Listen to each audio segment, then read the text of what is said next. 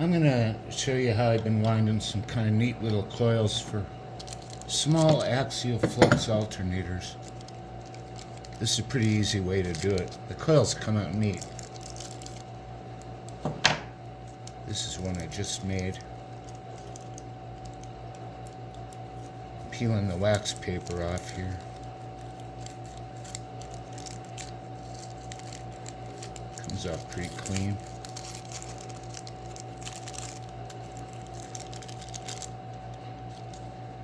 This is cyanoacrylate activator. It sets it up real fast, so anything that hasn't hardened yet will get hard. But that makes kind of a neat little coil, and the ends are captured in these 3D printer pieces I made, like this. This particular coil is 5/16 inch thick. This piece is 2 inches outer diameter, and I think it was 1.85 inner diameter here, which is the outer diameter of the copper. The middles are 7/8 inch diameter. So it's nice and precisely 5/16 thick. These parts I 3D printed. Got a couple little holes. These will be the outside of the coil. And this is the coil winder. This will stay with the coil.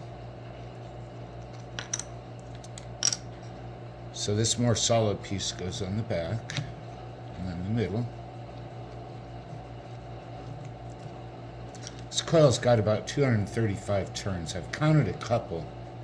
Once I've counted a couple and they're consistent, I don't count them anymore. It makes it faster. I just finger tighten this. A wing nut would be better. This is 22 gauge wire.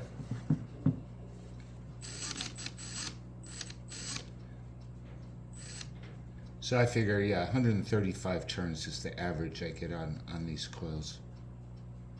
So the first one, I drop it in the slot and put a couple wraps around the nut, like that. And then the first couple lines, I slack the wire and so it's kind of loose. I've got the drill reversed just because of the direction I've got things set up. And I'll get a couple, there. Drill is reversed. Get a couple wraps on here so it has enough torque to pull the wire. And then I can just go fast.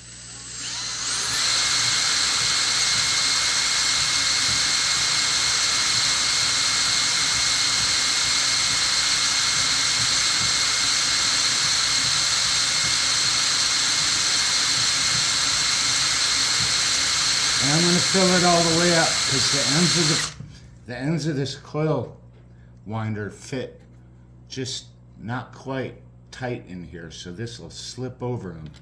So I just have to fill this up, and then I know I've got my 235 turns, or close to it.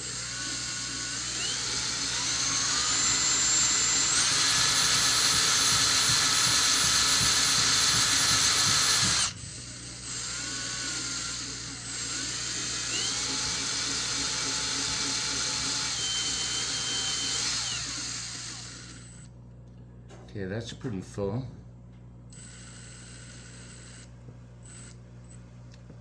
Bring that around so the slot is back up. And at this point I like to get this kind of in the middle. You probably don't have to do this, but I do. And take a little bit of glue. And try not to glue the coil to the coil winder, but just glue that outside a little bit so that wire stays. I'll hold it for about 10 seconds.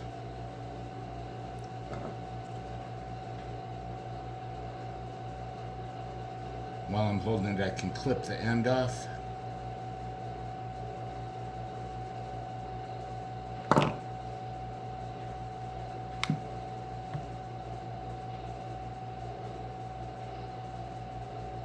With luck, it'll stay. Yeah. pull this out and fold it up.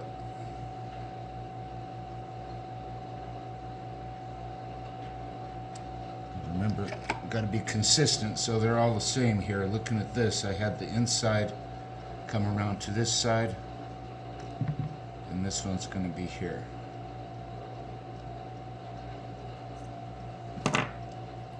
And I can slip this little piece over it. And if I do it this way, other ways of winding coils, there's always the risk of them coming apart when you pull it out of the coil winder, and this keeps it neat. At least it seems that way. I've wound 4 of these so far.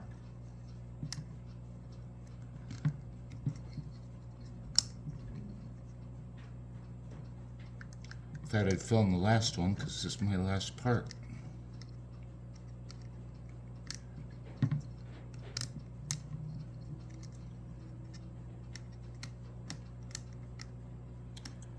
Slip that down there. So the coil's completely covered all the way around. This is right in the middle. So now I can loosen the nut.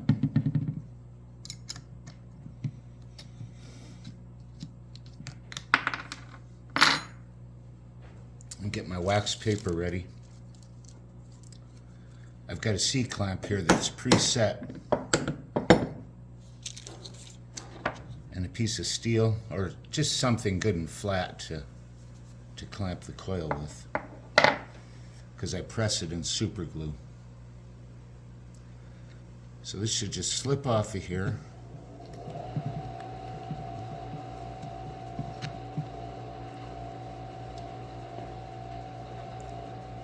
So this is the top, and I'll call this the bottom. So I'm just going to put a bunch of glue on here. This is just super glue. Thin viscosity, medium would work well, but thin works fine. And this kind of soaks in nice.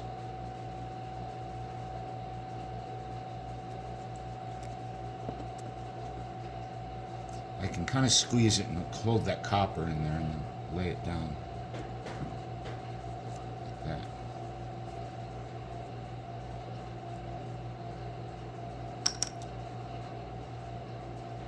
More glue on it.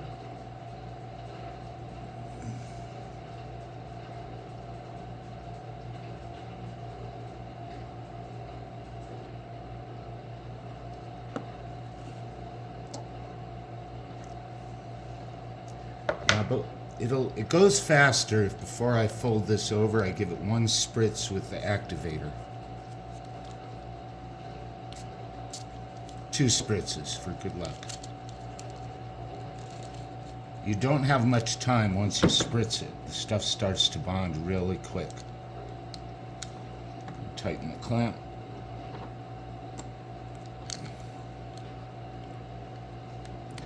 Get it good and tight.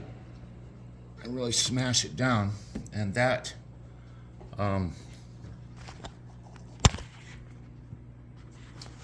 I'll give it a couple of minutes for that glue to set up. And that's about how long this last one sat here before I did it. And then, we've got a few. So that's one way to make a coil that's pretty easy, and they come out pretty neat.